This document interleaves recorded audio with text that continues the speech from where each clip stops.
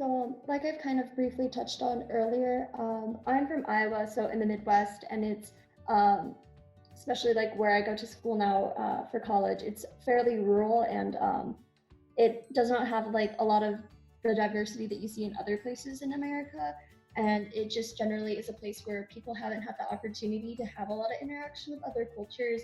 Um, Outside of like what is like the norm here.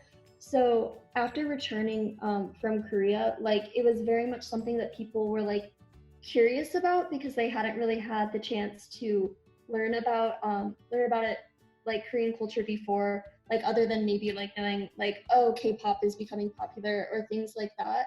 So like there's definitely I think a lot of misconceptions about the Korean Peninsula in the area that I'm from, and I mean also just in general, but like then mention like, oh, I'm going to Korea this summer to study, or oh, I just returned from studying in South Korea, Korea this summer. They'd be like, oh, North or South? Like, did you like, what was it like to live under a dictatorship? And I'd be like, first of all, like, I went to South Korea, and then they're like, some people wouldn't even know that that was a place or that was a thing.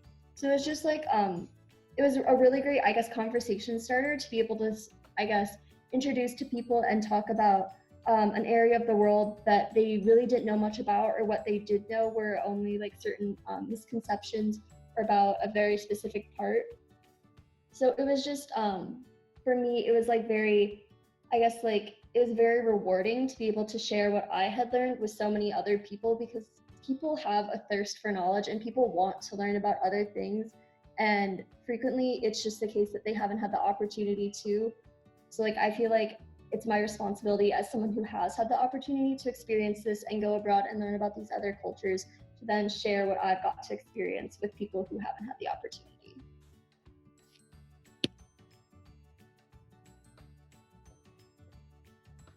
So I can also chime in. So, oh, Ryan, go ahead. No, it's all right. Cool. Sorry about that. So what I took away from my experience was like originally before I went to Taiwan, I thought that Chinese was just like a class and I was just trying to get better at it. But I really liked studying the language, and I kind of like the challenge of like getting better at it and getting better at the tones, and also being able to have more interactions with people in Mandarin while I was in Taiwan versus like if I just spoke English while I was there. So then when I came back to the United States, I'm very fortunate to go to a school that has Mandarin classes. So it's also like a community of learners. And so I started a club where it's basically a competitive Chinese speech team. And like we also have like national essay contests that were entered in, different ways of like practicing our Mandarin together, as well as like speaking every Friday and having food, like trying Mandarin dishes, just kind of like sharing culture as well as language, primarily like language. But that's one way that I like to, I guess, share my experience with like my community in my school. At least for me, I found that I brought the most change back to my family and my household. So I come from a family of 21 war refugees.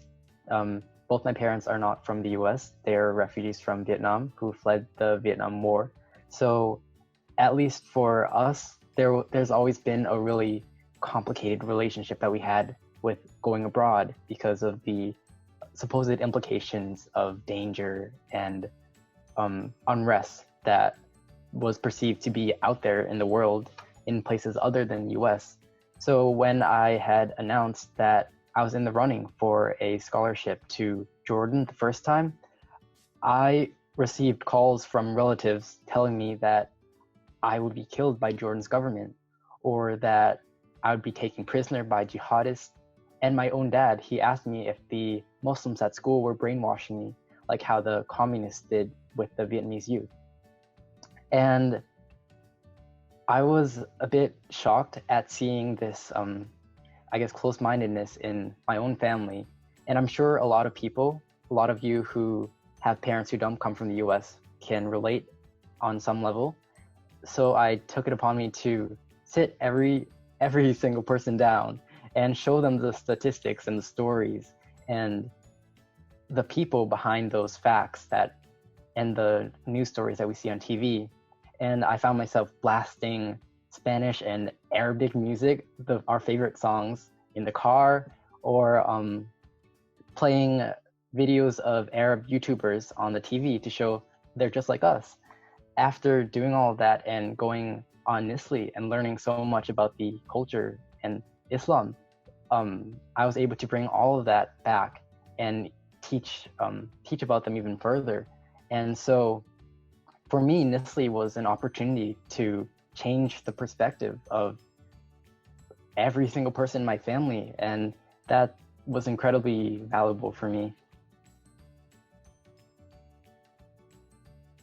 Going off of what some other students have said, there were a lot of misconceptions about Jordan and the Middle East the first time I went abroad with NSLI.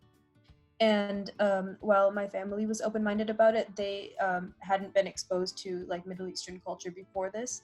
And in general, everyone in my community, amongst my friends, and just in general, my hometown and school had gotten their perspective of the Middle East from the media. So obviously it was not a very accurate representation.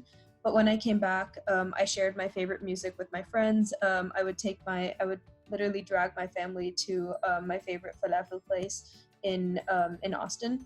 And so just like giving them a connection through food and music and just like small parts of the culture was really meaningful to me. And in addition, I continued to work with the refugee community in my city, which was something I had done before my first NSLI experience. And that let me really bring back the impact of my NSLI experience to a cause in my community, because I was able to use some of the language skills that I had developed for a positive purpose. And obviously, my initial NSLI experience definitely motivated me to go abroad again, and it influenced me a lot, which is why I'm in Rabat right now.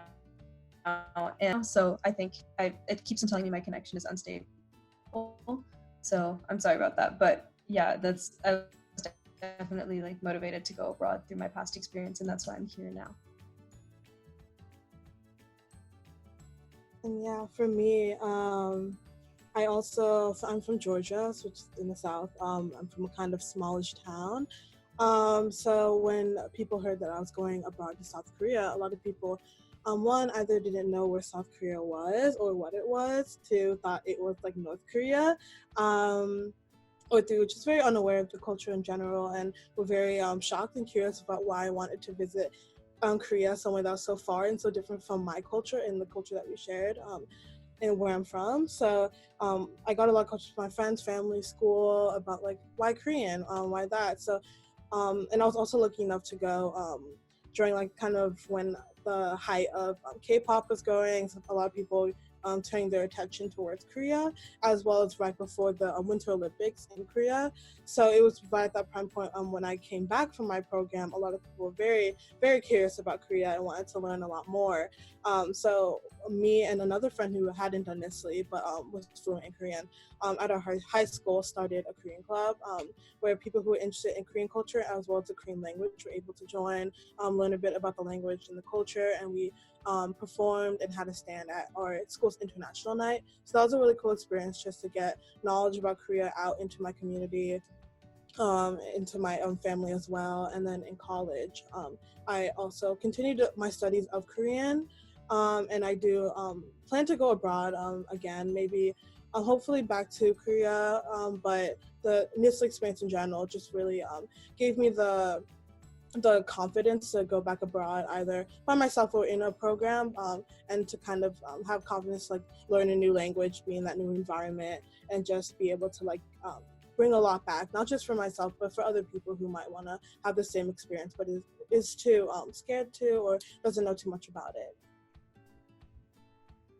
Yeah, I just wanted to quickly piggyback off of like the whole traveling abroad again. I think like the NSLI program, specifically like I did summer, is a good way of kind of seeing what life is like in a new country that you otherwise wouldn't have the option to go to or like the opportunity to go to without NSLI. So like I was placed in Taiwan, and without the NSLI program, I don't think I would have ever gone to Taiwan. But now I see myself applying for NSLI academic year again, and perhaps like going to Taiwan multiple times to see my host family or maybe even work there. So I think it's really an interesting experience that kind of like opened me up to the possibility of like going abroad to a part of the world that I never would have thought of going without the program.